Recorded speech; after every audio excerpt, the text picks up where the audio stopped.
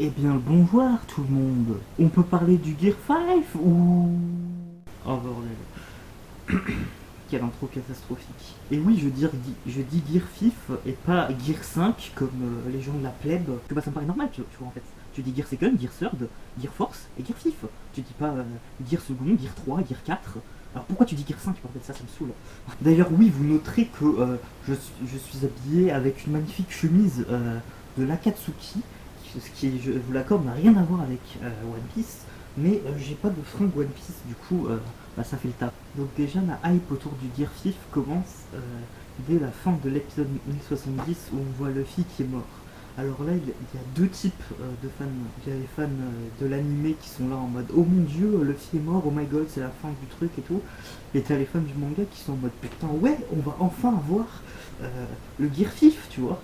Moi, j'avoue que je suis un fan de l'animé, mais je me suis fait spoiler salement le Gear 5, donc c'était pas trop une surprise, tu vois, j'étais plus content qu'autre chose. Moi, je trouvais que c'était pas mal le côté un peu cartoon, tout ça. Et ouais, d'ailleurs, je rejoins un peu Oda sur ce point qui disait comme quoi ça devenait un peu limite chiant, les combats qui sont super sérieux, tout ça, qui voulaient faire un truc fun, même si ça plaisait pas. Je sais pas vous, mais moi je surkiffe. Ça casse pas trois pattes à un canard, si tu vois ce que je veux dire. Puis voilà, la hype a commencé à la fin de l'épisode 1070 où t'avais Zunesha, le tambour de la libération qui commence à se jouer, et t'as Luffy qui commence à avoir les cheveux un peu blancs et tout, et qui fait ce sourire avant le To Be Continued, et ça c'était vraiment incroyable. On savait déjà que l'épisode d'après donc devait sortir le 6 août, sauf que malheureusement le 6 août j'étais en vacances, enfin malheureusement c'était cool hein, les vacances, mais voilà, du coup, j'avais une connexion assez limitée. Mais du coup, j'ai pu voir l'épisode quand même le jour où c'est sorti. Et c'était vraiment un épisode de zinzin. Et il y a quand même un moment où je me suis demandé si c'était vraiment Luffy ou si c'était plutôt une sorte de réincarnation de Joy Boy, du dieu Soleil Nika, un truc comme ça. En vrai, non, c'était Luffy. Donc, bah, comme pas mal de fans, j'ai gueulé quand j'ai vu la fameuse scène de merde entre Ori et Orochi. Par contre, il y a un truc qui m'a fait vachement marrer quand même, c'est cette tronche de Iori. Elle était incroyable. Ensuite, la fameuse scène avec le fils qui saute, qui dit ouais, je vais pouvoir me battre encore un peu, c'est cool, je peux enfin faire tout ce que je veux. On sent vraiment que c'était vraiment comme ça que Luffy voulait se battre dès le début. Genre. On sent vraiment que Oda il voulait vraiment dessiner comme ça, tu vois. Scène où il l'attrape comme ça, et il fait valser Kaido. Épisode 1071, il y a un moment où on voit tous les autres gears. Et non, je parle pas de cet épisode dans le 1070 où il y a un animateur qui a caché tous les gears. Non, non, je parle pas de ça. Je parle dans l'épisode 1071 où il y a le gear 5.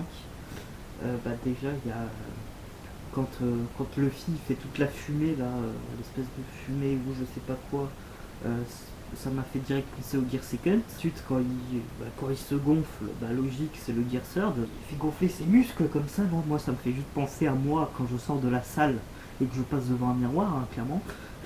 Mais c'était, je pense, une référence au Gear Force. Ensuite, ouais, il le fait valser et là, il se met à rigoler et tout. Et c'est incroyable, passer à l'épisode 1072 qui est sorti bah, la semaine après, du coup, logiquement. Le Luffy géant tombe du ciel comme ça. T'as Yamato et Momonosuke qui sont là en mode oh my god, mais c'est qui ce mec? Luffy il prend Kaido, il en fait une corde à sauter.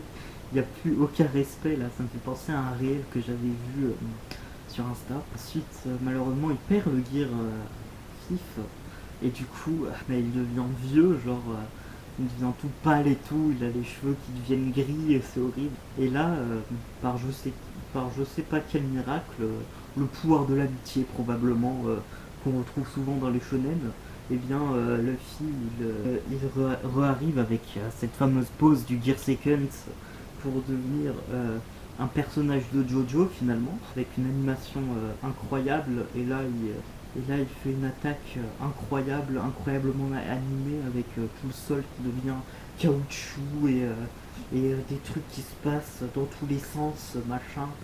Et ouais, c'était incroyable.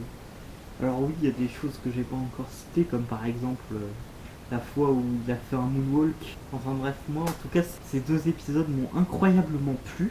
N'hésitez pas à me dire votre avis de ce que vous pensez de cette transformation dans les commentaires. Ça dénature un petit peu l'esprit One Piece qui est quand même très sérieux à la base, ou si au contraire ça apporte un renouveau. Au revoir.